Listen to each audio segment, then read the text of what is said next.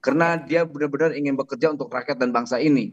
Oke, sampai ada wanti-wanti kalau tidak sesuai mending mundur aja. Kalau Bung Effendi membacanya urgensinya apa sampai ada pembekalan? Kan kalau kita lihat di periode sebelumnya misalnya Pak Jokowi hanya memanggil, menyampaikan, tidak ada pembekalan. Tapi kalau sekarang ada pembekalan sampai 2 hari.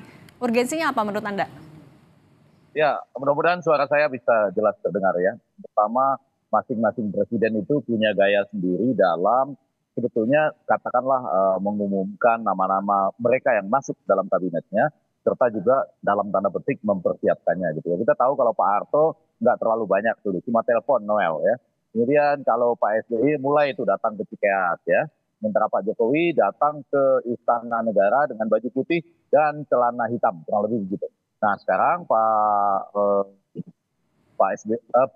Prabowo itu mulai dari Kertanegara ditambah lagi dengan pembekalan di Hambalang. Saya ini lagi ada di Hambalang nih. Ini ada kafe di belakang rumah Pak Prabowo gitu ya. Jadi bukan di dalam rumahnya Pak Prabowo gitu. Nah ditambah lagi nanti ada lagi semacam konsolidasi bersama ya, Noel ya, akan ada di akhir. Ya, Di tanggal Magelang. 23 nanti. Ya, sesudah diumumkan dan dilantik. Jadi kembali ke pertanyaan Cindy, jadi masing-masing pemimpin itu punya gaya, punya style, dan kemudian juga punya simbol-simbol untuk memperlihatkan apa? Ada dua yang ingin diperlihatkan. Satu, betapa dia sungguh-sungguh ingin memulai sesuatu yang baru. Lalu pada bagian lain yang kedua, tugasnya ini memang besar sekali.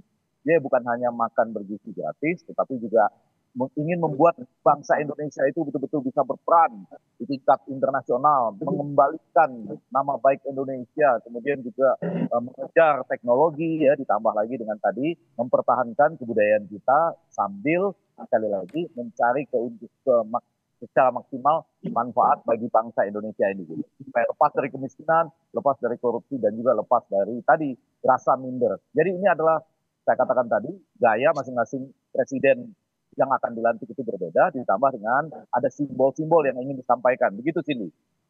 Oke, saya mau balik ke Bung Noel. Bung Noel, adakah pernyataan tegas juga yang disampaikan oleh Pak Prabowo? Kan sebelumnya Pak Prabowo sempat bilang, jangan sampai nanti ada menteri yang cari uang lewat APBN. Ini ditegaskan lagi kah dalam pembekalan kemarin?